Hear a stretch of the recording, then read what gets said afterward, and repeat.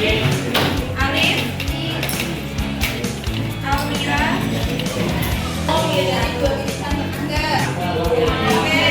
Nah, dari pengalamannya si Akbar sama Andika ketika dari dua pilihan atau lebih, kalian memilih salah satu. Nah, itu akan timbul suatu pengorbanan yang tidak kalian pilih. Itulah yang namanya pengorbanan atau disebut dengan biaya peluang.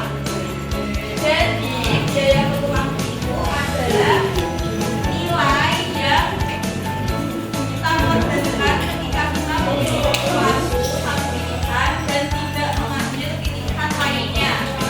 Jadi dengan bahasa sederhananya, biaya peluang itu adalah nilai dari sesuatu yang tidak kita pilih.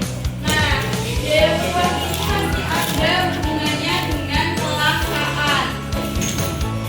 Jadi kelangkaan itu kan kondisi ketika sumber daya yang kita miliki itu terbatas, sedangkan kebutuhan kita tidak terbatas. Kenapa kamu diberi pilihan antara kita sama waktu?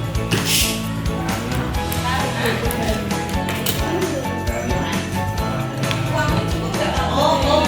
Enggak kan? Nah, berarti ada kelangkaan yang dimiliki oleh Akbar, makanya dia harus memilih.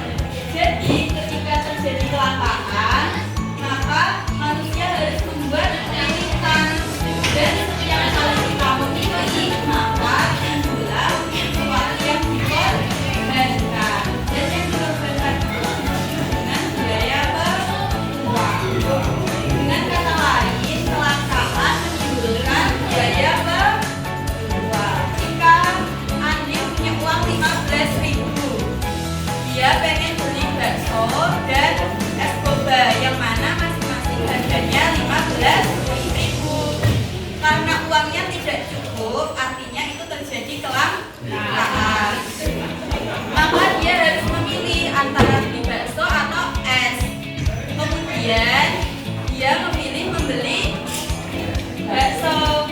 Maka biaya yang dia korbankan adalah membeli es. Jadi itulah biaya uangnya, membeli es boba. Kesempatan dia menikmati es. Nah, itu biaya peluangnya sih Adi. Nah, kemudian ada ciri-ciri biaya peluang. Biaya peluang tidak hanya berkaitan dengan uang, tetapi bisa keuntungan jangka panjang, waktu luang, pekerjaan, ada kesempatan, dan lain sebagainya.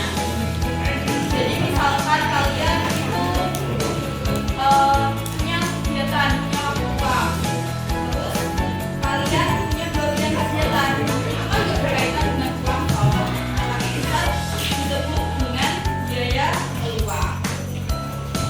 Kemudian pengambilan keputusan dalam biaya peluang itu tergantung pada tujuan dan situasi setiap individu.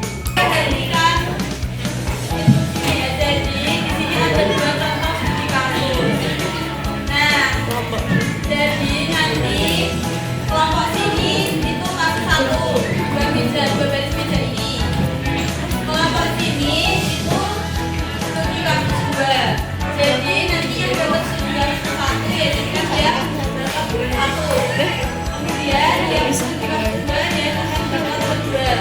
Nah, di dalamnya itu ada soalnya, ada bacaannya sama soal. Nanti mau jawab di kertas itu.